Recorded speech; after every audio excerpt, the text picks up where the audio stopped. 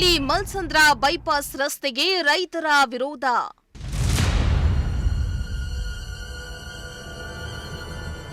ಭೂಮಿ ಕಿತ್ತುಕೊಳ್ಳಲು ಅವಕಾಶ ನೀಡದಿರಲು ರೈತರ ಪಣ.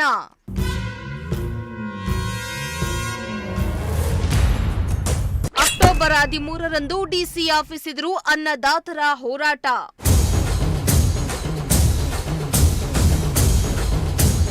ತುಮಕೂರು ಹೊರವಲಯದ ನಂದಿಹಳ್ಳಿಯಿಂದ ಮಲ್ಸಂದ್ರದವರೆಗೆ ಬೈಪಾಸ್ ರಸ್ತೆ ನಿರ್ಮಾಣಕ್ಕೆ ಯೋಜನೆ ರೆಡಿಯಾಗಿದ್ದು, ಕಳೆದ ಜುಲೈನಲ್ಲಿ ರೈತರ ಜಮೀನನ್ನ ಭೂ ಸ್ವಾಧೀನಪಡಿಸಿಕೊಳ್ಳಲು ಪೊಲೀಸರ ಭದ್ರತೆಯಲ್ಲಿ ಸರ್ವೆ ಕಾರ್ಯಕ್ಕೆ ಮುಂದಾಗಿದ್ರು. ಈ ವೇಳೆ ರೈತಾಪಿ ವರ್ಗದವರು ಸರ್ವೆ ಕಾರ್ಯಕ್ಕೆ ವ್ಯಾಪಕ ಆಕ್ರೋಶ ಹೊರಹಾಕಿದ್ರು.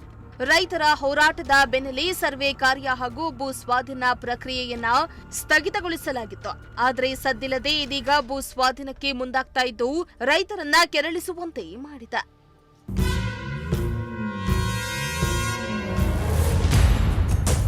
ಹೌದು, ನಂದಿಹಳ್ಳಿ ಮಲ್ಸಂದ್ರ ವಸಂತ ನರಸಾಪುರ ಬೈಪಾಸ್ ರಸ್ತೆ ನಿರ್ಮಾಣಕ್ಕೆ ರೈತರ ಫಲವತ್ತಾದ ಭೂಮಿಯನ್ನ ಕಿತ್ಕೊಳ್ತಾ ಇದ್ದು, ರೈತ ಸಂಘಟನೆಯ ಮುಖಂಡರು ತೀವ್ರ ವಿರೋಧವನ್ನ ವ್ಯಕ್ತಪಡಿಸುತ್ತಿದ್ದಾರೆ.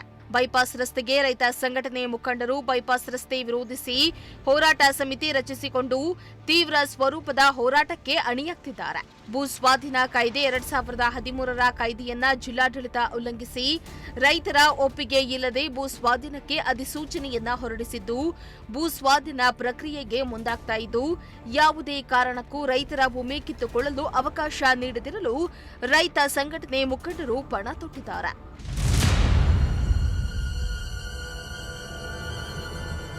ಇನ್ನು ಈ ಬೆನ್ನಲ್ಲೇ ರಾಜ್ಯ ರೈತ ಸಂಘದ ಜಿಲ್ಲಾ ಘಟಕದ ಅಧ್ಯಕ್ಷ ಎ ಗೋವಿಂದರಾಜು ನೇತೃತ್ವದಲ್ಲಿ ರೈತ ಸಂಘದ ಕೆಲ ಮುಖಂಡರು ಸುದ್ದಿಗೋಷ್ಠಿಯನ್ನ ನಡೆಸಿ ಜಿಲ್ಲಾಡಳಿತದ ವಿರುದ್ಧ ಆಕ್ರೋಶವನ್ನ ಹೊರಹಾಕಿದ್ರು. ಬೈಪಾಸ್ ಹೆಸರಲ್ಲಿ ರೈತರ ಫಲವತ್ತಾದ ಭೂಮಿಯನ್ನ ಕಬಳಿಸುವ ಹುನ್ನಾರ ನಡೆದಿದೆ.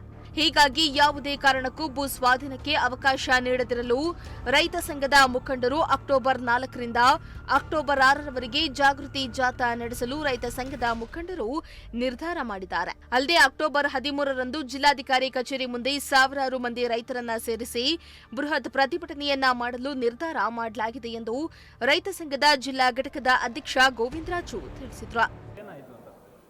ಈಗ ತಕ್ಷಣದಲ್ಲಿ ಕೆಲಸ ನಿಂತಿದೆ, ಆದರೆ ಆಂತರಿಕವಾಗಿ ಅವರು ಬೇರೆ ಬೇರೆ ಪ್ರೋಗ್ರೆಸ್ನ ಮಾಡ್ತಾ ಇದ್ದಾರೆ. ಮತ್ತು ನಮ್ಮ ಸೋಮಣ್ಣವರು ಸಂಸತ್ ಸದಸ್ಯರು ದೆಹಲಿಯಲ್ಲಿ ಹೋಗಿ ಈ ಯೋಜನೆಯನ್ನು ತುರ್ತಾಗಿ ಮಾಡಿ ಅಂತ ಹೇಳಿ ಒತ್ತಾಯ ಮಾಡ್ತಾ ಇರ್ತಕ್ಕಂಥದ್ದು ಒಂದು ಕಡೆ ನೋಡಿದ್ವಿ. ಮತ್ತು ಸ್ಥಳೀಯ ಶಾಸಕರು ಇದ್ರ ಬಗ್ಗೆ ಇಲ್ಲಿವರೆಗೂ ವಿರೋಧವನ್ನು ವ್ಯಕ್ತಪಡಿಸಿಲ್ಲ. ಸಂಬಂಧಪಟ್ಟಂಥ ಭೂ ಸ್ವಾಧೀನಾಧಿಕಾರಿಗಳು ಒಳೊಳಗೆ ಇದಕ್ಕೆ ಬೇಕಾದಂಥ JMC ಇತ್ಯಾದಿ ಮಾಡಲಿಕ್ಕೆ ಈಗಾಗಲೇ ಪ್ರಯತ್ನವನ್ನು ಮಾಡ್ತಾ ಇದ್ದಾರೆ.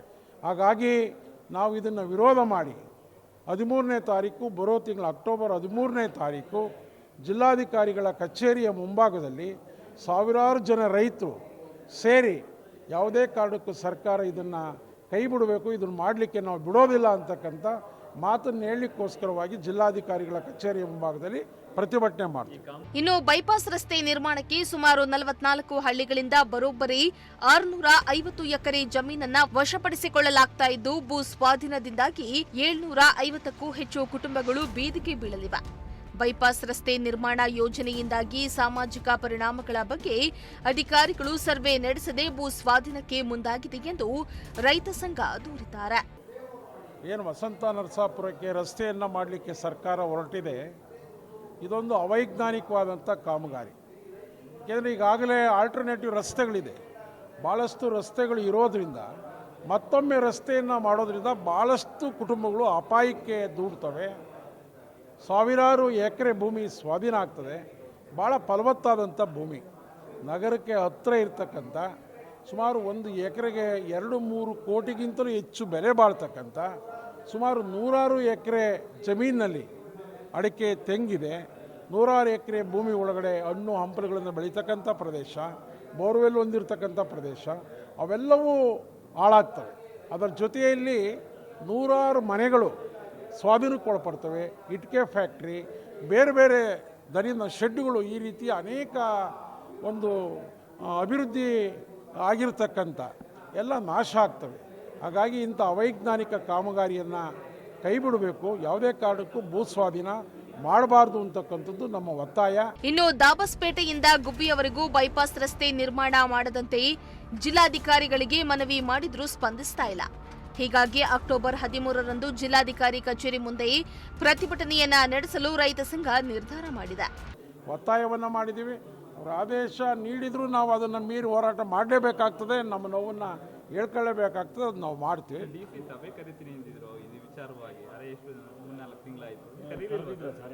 ಈಗ ಜಿಲ್ಲಾಧಿಕಾರಿಗಳ ಮುಂದೆ ನಾವು ತಕರಾರನ್ನು ಸಲ್ಲಿಸಿದ್ದೇವೆ ಮತ್ತು ಸಂಬಂಧಪಟ್ಟಂಥ ವಿಚಾರಗಳನ್ನ ಇದರಿಂದ ಆಗ್ತಕ್ಕಂಥ ಅಪಾಯದ ಬಗ್ಗೆ ಹೇಳಿದ್ದೇವೆ. ಈ ಸಂಬಂಧವಾಗಿ ಪ್ರಾರಂಭಿಕವಾಗಿ ಒಂದು ಸಭೆ ಕರೆದಿದ್ದು, ಸಭೆ ಕರೆದು ಚರ್ಚೆ ಮಾಡಿ ನಾನು ಸ್ಥಳ ಪರಿಶೀಲನೆ ಮಾಡ್ತೀವಿ. ಆಲ್ಟರ್ನೇಟಿವ್ ರಸ್ತೆಗಳಿದ್ದರೆ ಅದು ಬಳಸ್ಕೊಳ್ಳಿಕ್ಕೆ ಸಾಧ್ಯ ಇದೆಯಾ ಅಂತಕ್ಕಂಥದ್ದನ್ನು ನಾವು ನೋಡ್ತೀವಿ ಅಂತಕ್ಕಂಥ ಮಾತನ್ನು ಹೇಳಿದರು. ಮೊನ್ನೆ ಈಗಾಗಲೇ ಕಳೆದ 15 ದಿನದ ಹಿಂದೆ ಸ್ಥಳಕ್ಕೆ ಭೇಟಿ ಕೊಟ್ಟು ಮಾಹಿತಿ ಇಲ್ಲ ಅಂತಲೋ ಏನೋ ವಾಪಸ್ ಹೋಗಿದ್ದಾರೆ.